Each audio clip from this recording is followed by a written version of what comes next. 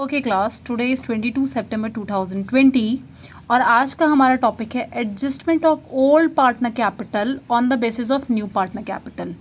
अगर बेटा आपको कुछ कुछ याद आ रहा हो तो ये एग्जैक्टली सेम चीज़ हम पिछले वाले चैप्टर में पढ़ चुके हैं। एक एक स्टेप मैंने आपको वहाँ पर बताया था, तो यहाँ पर जो थोड़े बहुत चेंजेस है वो मैं आपको बता रही हूँ और वो पिछली वाली वीडियो में आपको फिर से बता दूंगी। आप वो वीडियो देखना, आपको समझ आ जाएगा। अब इधर पे क्या बोला जा रहा है बेटा कि आपको जो ओल्ड पार्टनर्स हैं, मान लो आपके पुराने क्या पार्टनर हैं, ए बी, ठीक है, और सी, तीन पार्टनर हैं। नहीं, चलो हम इधर पे सी ले लेते हैं, आपका पिछले एग्जाम्पल से मैं कर दूंगी। मान लो बेटा आपके दो ही पार्टनर्स हैं, ए और बी। अब क्या बोला जा रहा है बेटा कि इनके कैपिटल को एडजस्ट करो। एडजस्ट का मतलब है कि हमें न्यू कैपिटल निकालना है। क्या निकालना है बेटा? New capital. नए पार्टनर्स का हमें न्यू कैपिटल निकालना है on the basis of new partner. यानी जो सी है, नया पार्टनर आ रहा है, हमें इसके बेसिस पे, सी जो है ना, इसके बेसिस पे हमें पुराने पार्टनर्स का न्यू कैपिटल निकालना है।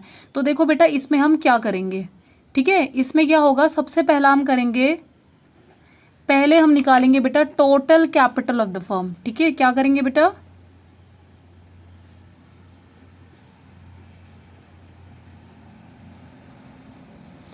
चलो आपको एक एग्जाम्पल मैंने इधर पे लिया है। फॉर एग्जाम्पल हमारा एक नया पार्टनर आया है सी, उसको शेयर दिया गया है बेटा 1/8 दिया गया है, ठीक है, एंड वो अपने साथ कैपिटल लेकर आ रहा है बेटा 15,000 कैपिटल लेकर आ रहा है। कितना? 15,000।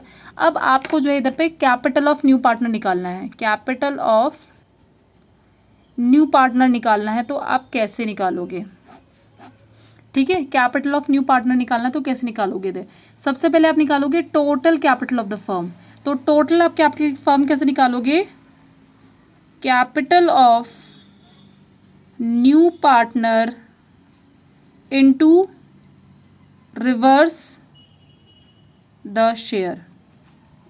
जो शेयर उसको रिवर्स कर दो। कैपिटल कितना दे रखा है बेटा? 15,000 दे रखा है, और इसका शेयर कितना है? इसका शेयर कितना है बेटा? 1/8।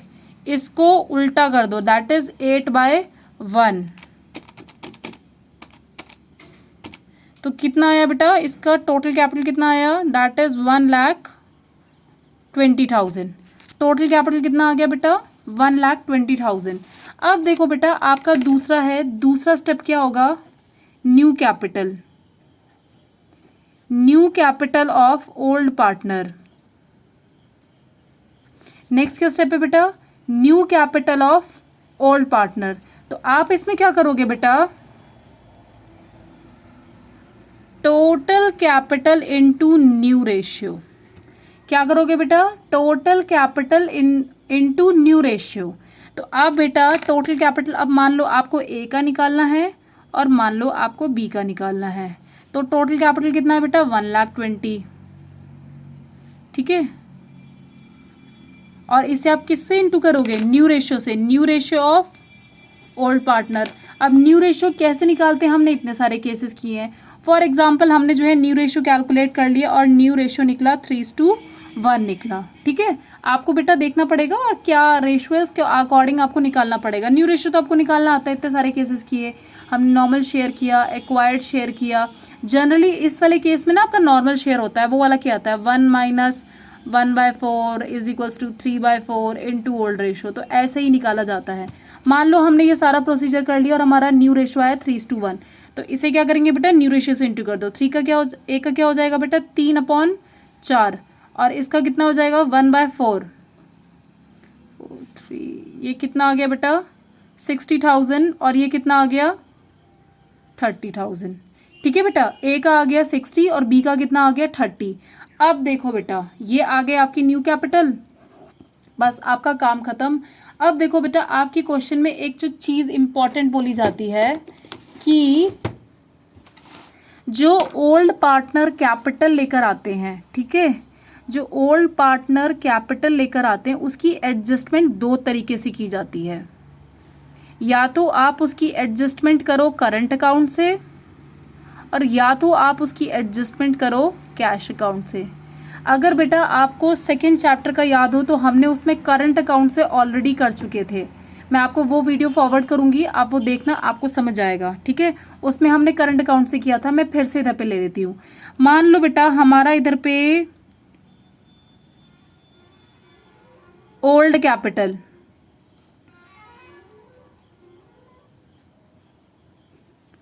और फिर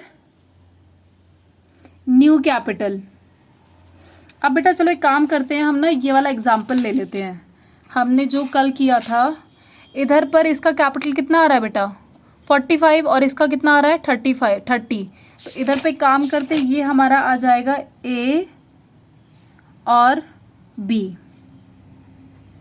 ठीक है, ए का कितना था बेटा, ए का था 45 30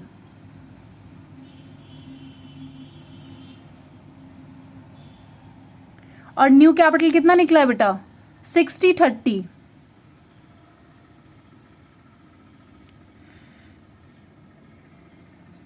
ठीक है, तो अब देखो बेटा क्या करना है कि जो एडजस्टमेंट करनी या तो करंट से या तो कैश से। अब देखो बेटा आपका पुराना कैपिटल कितना है 35। बेटा मैंने आपको बताया था कि जो न्यू कैपिटल निकलता है, जो आपका न्यू कैपिटल निकलेगा उसको आप कहाँ पे लिखते हो, उसको आप कहाँ पे लिखोगे बेटा, यहाँ पे लिखते हो। आप बिना सोचे समझे इधर पे लिख दो टू बैलेंस CD। जो नया कैपिटल आएगा बेटा वो यहाँ लिखा जाएगा। आपको पिछले वाले इसमें बताया था। तो ए का कितना निकल रहा है 60 और बी का 30। ठीक है, ए का निकल रहा है बेटा 60 और इधर पे निकल रहा है 30। इसको ज़रा बैलेंस कर दो। ठीक है, अब देखो बेटा इधर पे कितना है 60, इधर पे कितना है 45। हमने अभी बताया था बेटा आपको कि जो डेबिट होता है वो हमेशा क्रेडिट के इक्वल होना चाहिए। ये है 60 और ये है 45। इन दोनों को इक्वल कैसे करेंगे बेटा, सोचो। 60 को अगर आपको 45,000 के इक्वल करना हो तो कैसे करोगे, ये वाली साइड बड़ी है और ये वाली साइड छोटी है, तो इधर पे तो बेटा 60,000 आ जाएगा।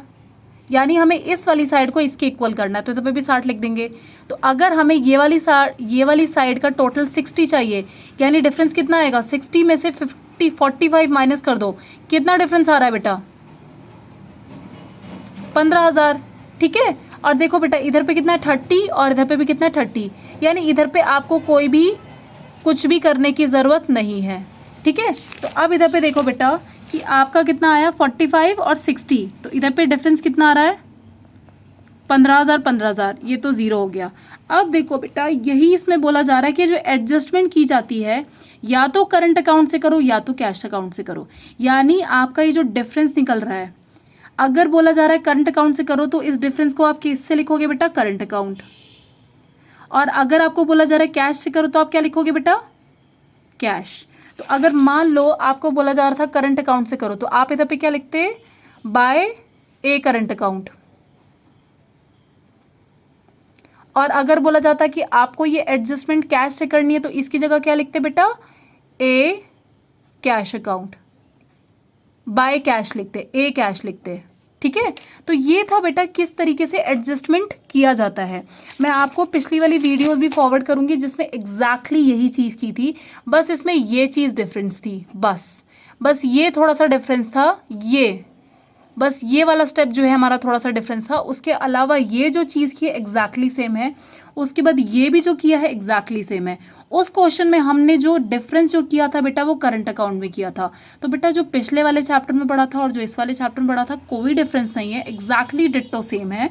आपको क्या करना है, बस डिफरेंस को या तो करंट अकाउंट में पास करो या तो कैश में करो। अब वो आपको देखना पड़ेगा कि कैश में करना है कि करंट में करना है, वो आपको क्वेश्चन में बता दिया जाएगा कि करंट से करो। उसके बाद बेटा मैंने आपको बताया था कि जब आप करंट अकाउंट से लिखते हो, मान लो इधर पे करंट अकाउंट से बोला जा रहा है, तो अगर आप बैलेंस शीट बनाओगे तो अगर आपने यहाँ पर करंट अकाउंट लिखा है तो बैलेंस शीट की इस साइड में आता है, और अगर इधर पे करंट अकाउंट लिखा है तो बैलेंस शीट की लायबिलिटी साइड में शो किया जाता है। ठीक है, और ये जो अगर वो फॉर एग्जाम्पल कैश लेकर आ रहा है, अगर आप कैश बैलेंस कैलकुलेट करोगे तो फिर आप इसे ऐड करोगे क्योंकि यहाँ पे कैश आ रहा है। तो अगर कैश आ रहा है तो उसे ऐड करो, कैश जा रहा है तो उसे माइनस करो। तो बेटा आज जो आपका था इस चैप्टर में ये लास्ट टॉपिक था, क्योंकि ये टॉपिक हम ऑलरेडी डिस्कस कर चुके हैं, इस पे मैं वीडियो बनाकर मैंने आपको ये टॉपिक पढ़ाया था, तो इसलिए मैंने आपको थोड़ा शॉर्ट में एक्सप्लेन किया है।